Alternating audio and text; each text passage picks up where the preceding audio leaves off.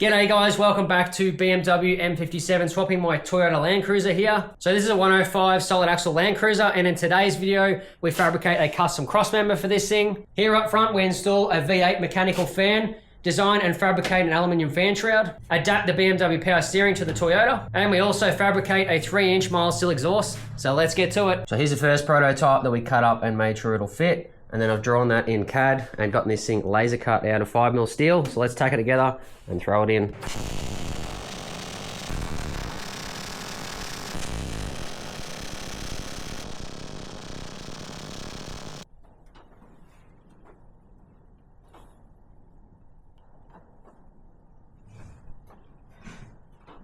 So I'll get under, rip this one out, and we'll throw the new one in.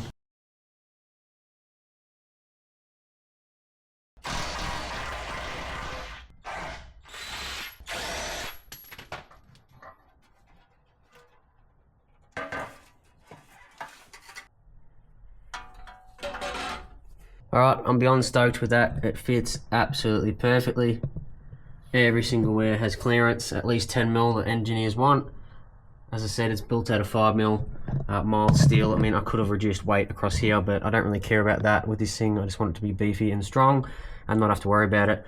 That is what ASL MODS recommend over there with theirs, which is definitely usable in some cases, but I just felt like that was just going to tweak under load and everything. Yeah, so here it is. If you guys are interested, maybe leave a comment. I don't know yet if I'd sell these things. I'm not too sure. They are quite heavy, so shipping them around the country might be a little bit pricey. And you can see just loosely I've thrown in those spaces. As I said, they're 8mm, so probably could go a little bit higher. Again, the floor clearance is really good. Before we were smashing the floor, and now we've got heaps of clearance. Again, I know it's very dark under here, but you can see we have plenty of clearance up under there, all around the transfer case itself, and also up the floor was our main concern here. We're pretty good in there now.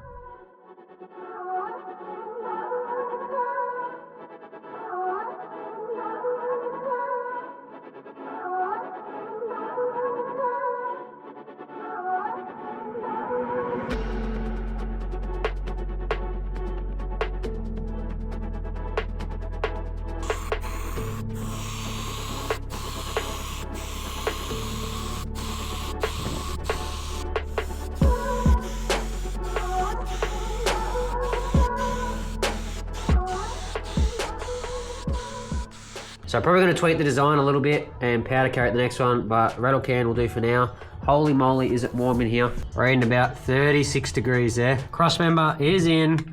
I'll get the torch up here. Mind the paint reaction I've had here. I don't know what has happened. I've gone to touch it up and it is blistered everywhere.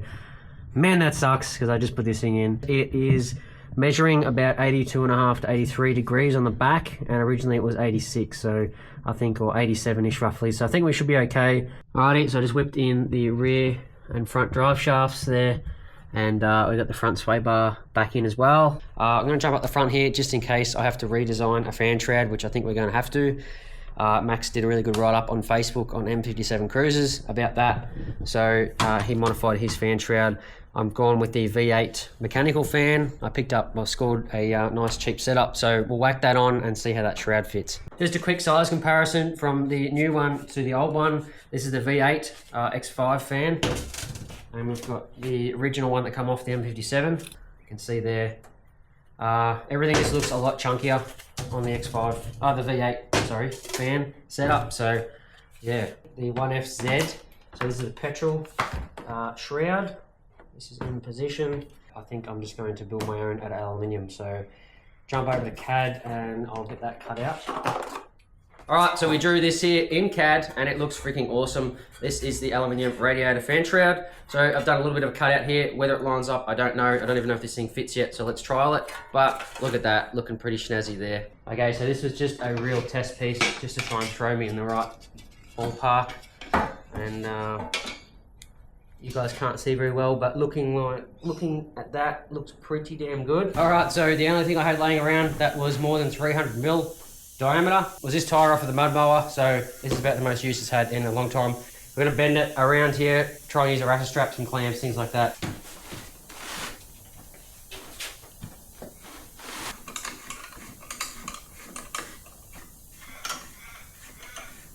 Bit of a janky setup, 2 poles welded to the table, 2 go-kart tyres. The best I can come up with.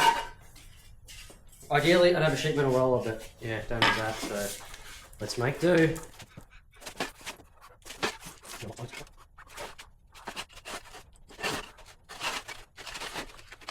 Okay, so don't judge too hard, but I ended up running out of gas, so I borrowed a bottle off a mate, luckily, and you can see, doing okay. I think it's okay. This side was horrible. I think it is just so dirty. That was the previous attempt, so I think that is probably the best attempt.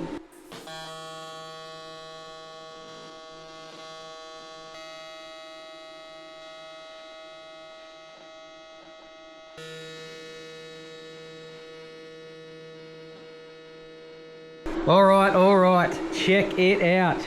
Yeah, man, we're throwing down a couple of little things, but I wouldn't say they are dimes by any means, but they'll definitely hold.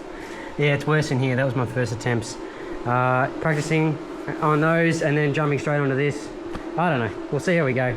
It's all part of the fun. So yeah, let's throw it in, see if it fits, and then I'll make sure it is fully welded because we have to fix these parts here. Okay, so there it is in, and we've got the fan in. Now be mindful, I am cutting this back a bit, obviously to get the make it all get in there a bit easier. But you can see it does actually fit. The fan still does rotate, but it's a little close for my liking inside. You probably can't see down there, but it's about 5 mil away, I think. And these things like to flex when they're running. So what I'm going to do is take it back out. I'm going to cut this side and just bring it out a little bit more, take it back on, refit it, and just keep doing that until I'm happy with it. So I'm pretty stoked with that. That is test fitted again. This is about the 3rd time or so. We've got at least a finger width underneath, so about roughly, I don't know, 10 mil or so, I'd a guess, under there.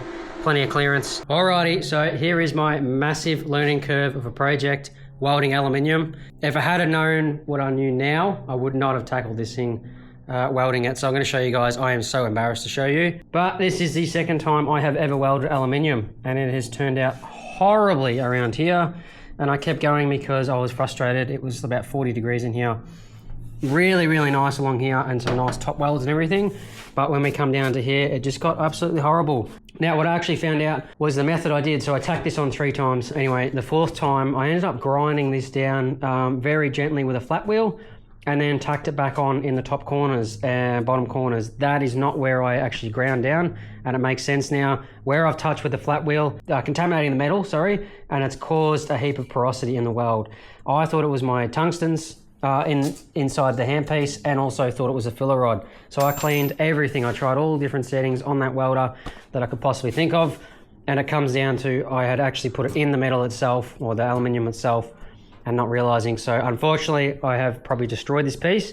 It's definitely usable, but I had a heck of a time trying to weld inside here. So I ended up going for the old no more gaps because I was sick of it in the end of it. And to figure it's better to have metal there, aluminium there to attach to, than to not. So I ended up doing no more gaps across there. Beautiful welds on the top. I'm really impressed with those. But I'm going to get this thing remade anyway down the track, so it really doesn't matter. Alrighty, so we've got our return hose fitted up there. As you can see, it isn't all the way on that barb because that steel line is actually 10 mil and the hose I got was 9.5, so it was a freaking nightmare getting that to go on.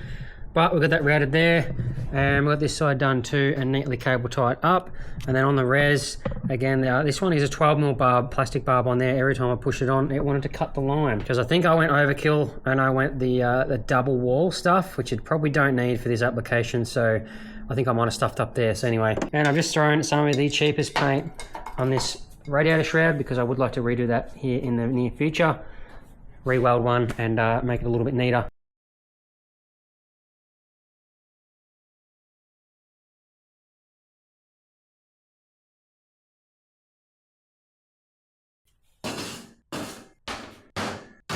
So here is everything I'm going to use to do the exhaust system.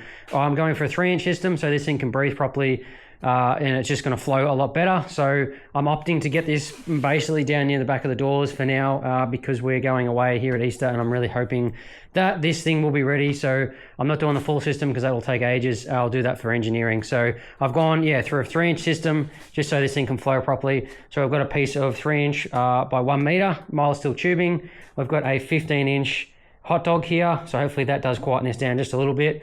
We've got a nice little flexi joint to go up near the downpipe, and we've got 2 bends here so we can actually build the turbo downpipe down to the rest of the system. And we'll have to add a cat in the system for engineering later on.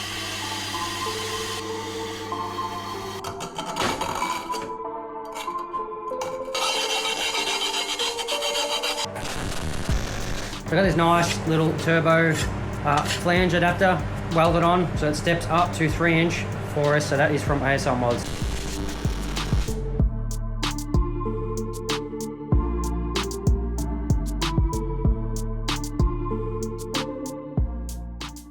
Okay, so this has taken quite some time. I've welded on a little extension here to bring us back to the transfer case, and just had to make up a mount here. Because I only bought 90-degree bends, I have to make some pie cuts. So we got that part ran over to another couple of pie cuts, and these pie cuts here are bringing us down and around this hanger, which was a little bit of a pain. We've got the hot dog on here now, so I'll finish up the back a little bit, and eventually I will be putting a flange on here once I finish up where all that rusty section goes. I'll have to extend it all up into there and run a whole new pipe up under the floor and everything so we can get rid of that rusty stuff. So just like that, crossmember back out and everything lowered down. We got the exhaust out. Now this was really hard to do with no flanges, so I really need to add a flange here probably eventually, cut that one off. And up here, obviously I've tacked it as best as I can, so I've got to fully weld those here on the bench and weld gaps like this because it sort of moved a little bit, bringing it out, so that's all right.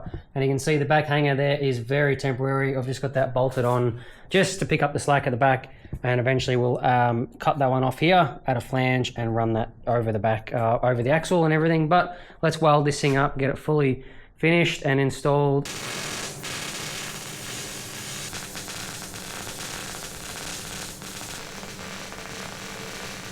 We got that all welded up. Now if I had my time over again, I would buy bends. Had to hit in this part to clear the sway bar link. I've used this stuff for a couple of years now and it works really well.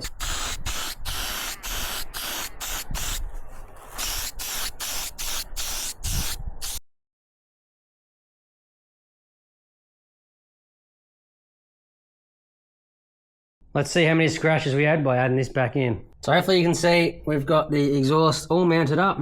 The hanger there. It's getting pretty close to the transfer case here, and we've also got obviously down the back done. Hopefully it doesn't blow soot all over everything, but we'll see how we go with that one. But I am super sore from being under here and working underneath, doing all this exhaust. It's been a lot of custom fabrication, and I've just realized how quite long this video is getting.